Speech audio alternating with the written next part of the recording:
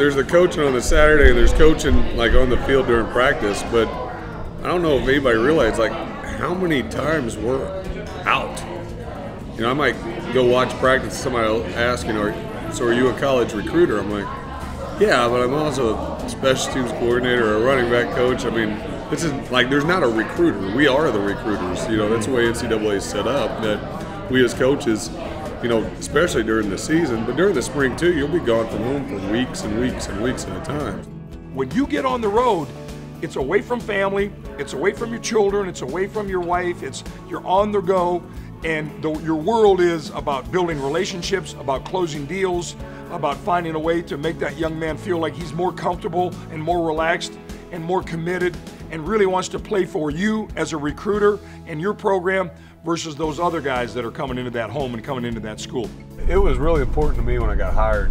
I told Coach Mack, I'll recruit anywhere, and I recruited all over the country. You know, I feel like I can connect with kids from anywhere. But I really want to recruit East Texas. It's where I'm from Tyler. On top of that, I've got the JUCOs. I've got more JUCOs in Texas than anybody, which I'm glad to have. But I've got Kilgore Junior College, Tyler Junior College, Navarro, and Trinity Valley. Not only are those 4 junior colleges, which are a lot, they're 4 of the best junior colleges in the country as far as football is concerned.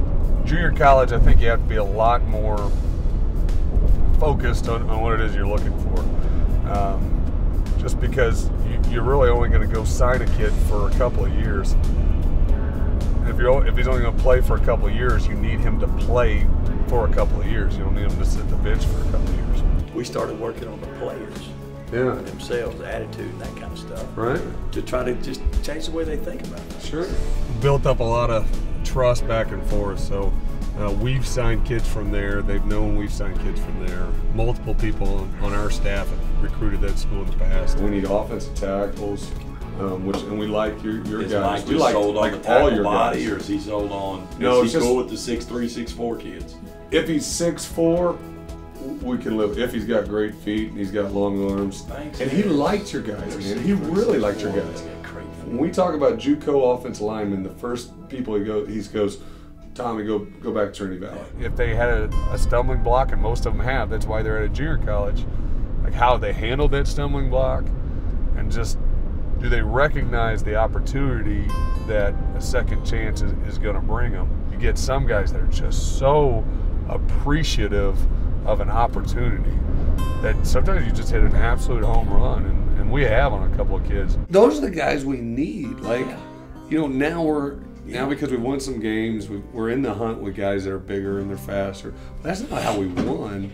We won with just good football players. We have to trust that, you know, when Brad tells me that this guy's a good kid, he's not going to get in any trouble, he's going to be fine academically. Well, yeah, we got to do our background check on him and all that kind of stuff, but a little bit of it has to, you know, kind of depend on the coach and say, yeah, you know, this guy is going to be a good kid. He's not going to get in trouble. We're not going to constantly have to watch him and all that kind of stuff. And they're loaded this year. I mean, we got a really good team there at Trinity Valley. A lot of good players. A lot of guys we'd like to have. I'm telling you, Coach, he's big time. I love him. I love him. Grade's going to be okay? Oh yeah, he's mid-year December guy. Because I went and saw Trinity Valley and Navarro, which were really important today, I've got to see those same 2 practices today. I can't go back another time and watch those practices because I can go to a school twice in a day. I can't go to a school twice in a week or even twice during a recruiting period. You know, so go figure. We put a lot of miles on these cars, a lot of driving between little bitty towns, and anytime I hit that mileage, no problems. I go in, I swap out, and you know, I get a car like this. And if you got to be driving and you got to spend that much time on the road, it really helps to have a tricked out ride like, you know, new Tahoe from those guys. You know how kids are, and you know how coaches are. When you drive a big time vehicle, projects, you know, a big time image for your football program. Unfortunately, you know, maybe fortunately for them, but unfortunately for me, they're starting practice tonight at 7 at night, so I'm not gonna get a chance to see my family awake tonight, which is, you know, it's okay. It's part of the job, and my family understands it. They're great. I got, you know, 3 great girls to go home to, but one of the few, very few negatives, you know, and the best job in the world, coaching college football. So. Being away from family and wives and children and all that, it is really tough. But you know what? That's why I always talk to my staff about our wives and our families are so important to our coaching staff and our football family. They have to understand the expectations of it. And if they don't, then they're going to fail and it's not going to work. And there's going to be morale issues back home. And if one of my coaches' families, their wives, their children are happy, they're pleased, they're supporting their husband, then things go a lot better. Believe me, they do.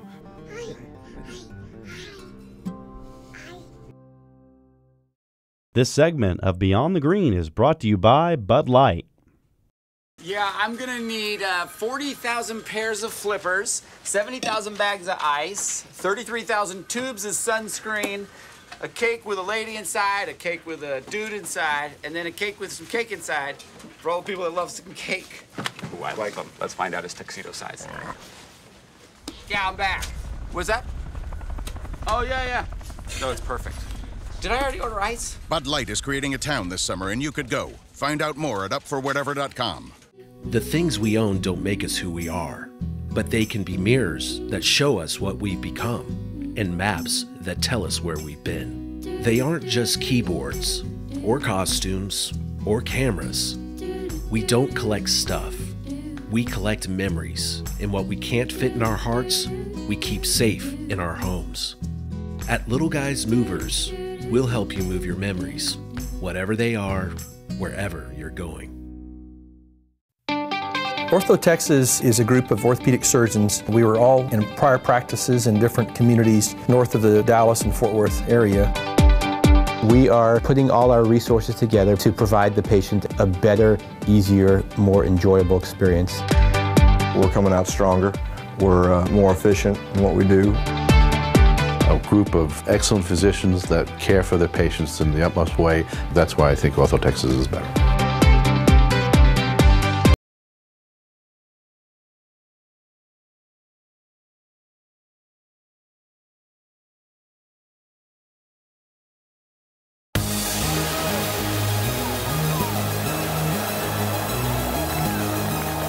Pound for pound, one of the toughest guys I think I've ever been around.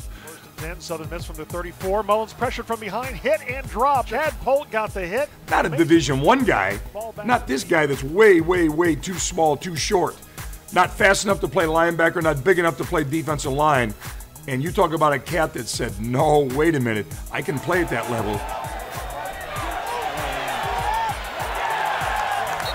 I've got heart, I've got pride, I've got character. I play fast, I play physical, and if you don't bring me into your football team, you're going to regret it someday. At the 23-yard line, and it's Chad Polk again. You talk about guys that you want to, take into a dark alley with you. I want to take Chad Polk into a dark alley with me anytime. When I got here, they recruited me as a linebacker, but Coach Delaney, he told me they was going to move me to defensive end, and I made the transition, and I really did feel at home.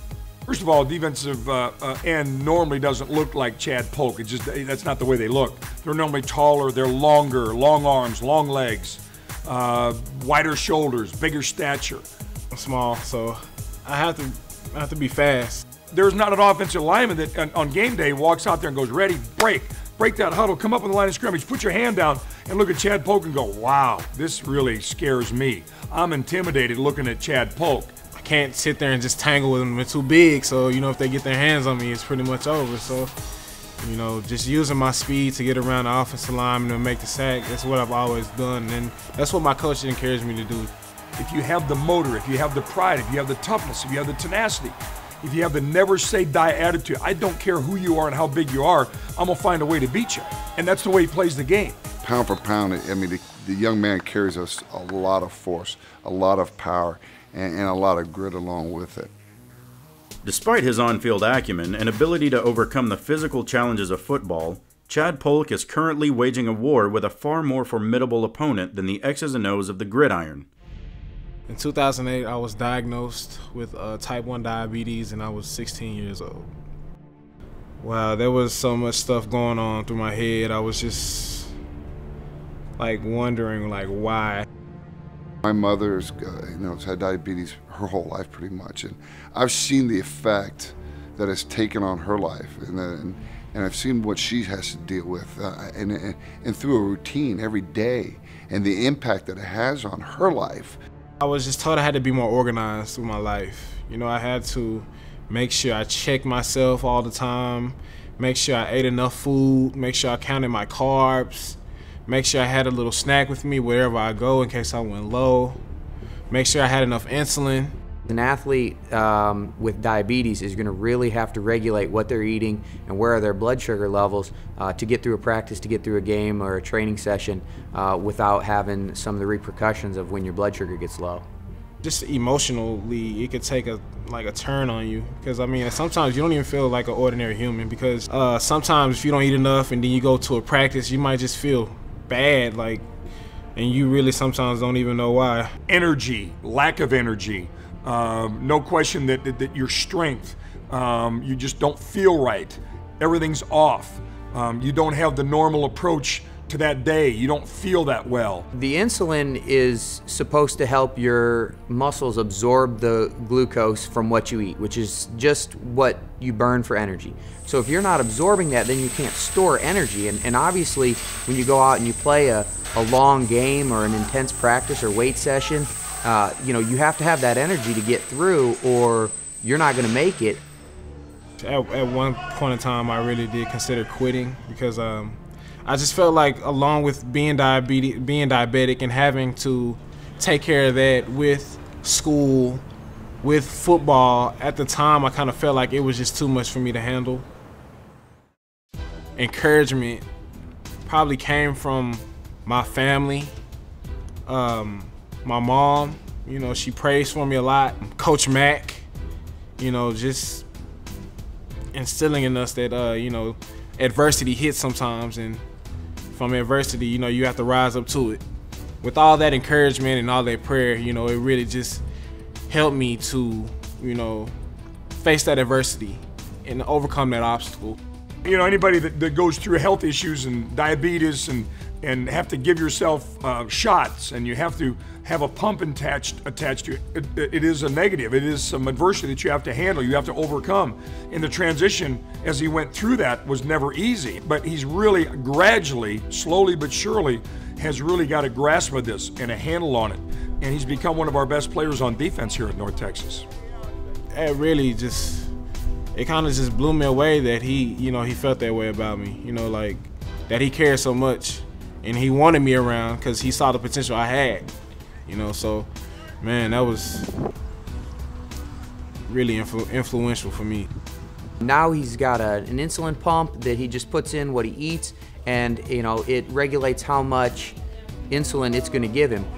When he does a good job of staying on top of it, we really have no interactions with him. It's when there are issues that, maybe he didn't eat enough, maybe he ate too far before practice, or maybe we're just having a particularly long or intense practice where he's burning more sugar for energy than he might normally have. We start getting some of those issues that you would associate with low blood sugar. This young man's got he's got diabetes. He disconnects his pump from his stomach before every practice, goes out there at, 6 foot, 225 pounds. Seems like at times even a foot shorter than some of the guys he goes against, and he goes out there and not only holds his own, but he's great at what he does. He overcame a lot, but he's thrived. He's not only survived, but he's thrived in this atmosphere, and he's learned how to deal with it and use it to his advantage, not his disadvantage. Hi, I'm Trevor Brazil, 19-time world champion cowboy, and I'm proud to be partnered with James Wood, the best GM dealer in Texas. At James Wood, we have over 75 acres of inventory of the best GM models available. Come see us at either of our locations or check us out online at jameswood.com today. Our inventory, price, and hospitality are the best you'll find. Thanks for coming out, Trevor. Thank you, James. And remember, at James Wood, Decatur, and Denton, they'll beat any deal. The things we own don't make us who we are, but they can be mirrors that show us what we've become, and maps that tell us where we've been. They aren't just keyboards, or costumes, or cameras. We don't collect stuff. We collect memories, and what we can't fit in our hearts, we keep safe in our homes. At Little Guys Movers, we'll help you move your memories, whatever they are, wherever you're going. The land is big here. Vibrant cities and open skies lead the way to UNT.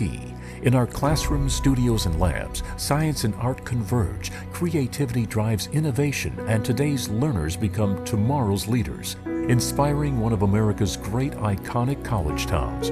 All who come here create their own mark. UNT is a pantheon of opportunity, a place of transformation, a catalyst for the future.